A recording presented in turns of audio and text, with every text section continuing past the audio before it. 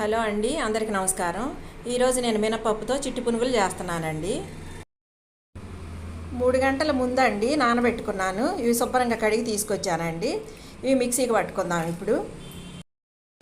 పునుగుల్లోనండి taste రావడానికి ఒక ఉల్లిపాయ తీసుకున్నాను, కొంచెం కరివేపాకు, అల్లపు ముక్కలు, కొంచెం కొత్తిమీర అండి, పచ్చిమిరపకాయలు,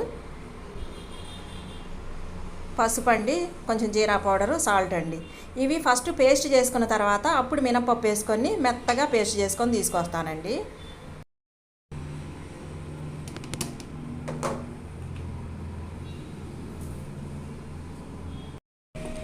ఇదిగోండి, గారెల పిండి కన్నా కొంచెం లూజ్గా వేసుకోవాలండి. ఇలాగూ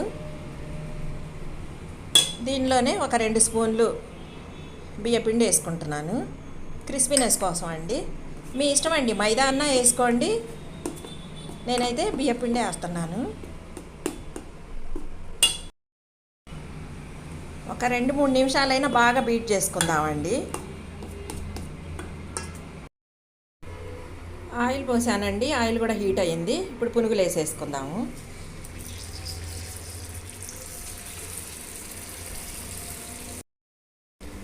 ఉల్లిపాయ పేస్ట్ ఇవన్నీ వేసాం కదండి, చాలా గుల్లగా వస్తాయండి పునుగులు.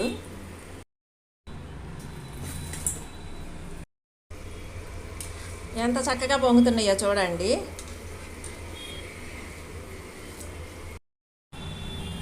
పిల్లల కోసం అండి కొన్ని ప్లెయిన్ పునుగులు వేసాను.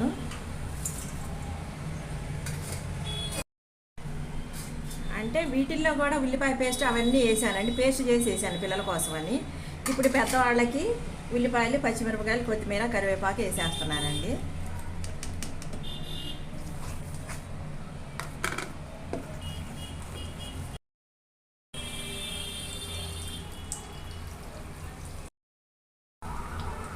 అప్పటికప్పుడు పునుగులు వేసేసుకోవచ్చండి.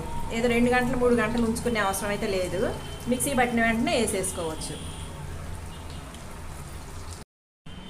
మినప్పిండి పునుగులు రెడీ అయిపోయినాయండి. మేమైతే టమాటా చట్నీతో తింటున్నాము, కారపొడితో తింటున్నామండి. మీకు నచ్చితే మాత్రం తప్పకుండా లైక్ చేయండి, షేర్ చేయండి, సబ్స్క్రైబ్ చేయడం మాత్రం మర్చిపోకండి.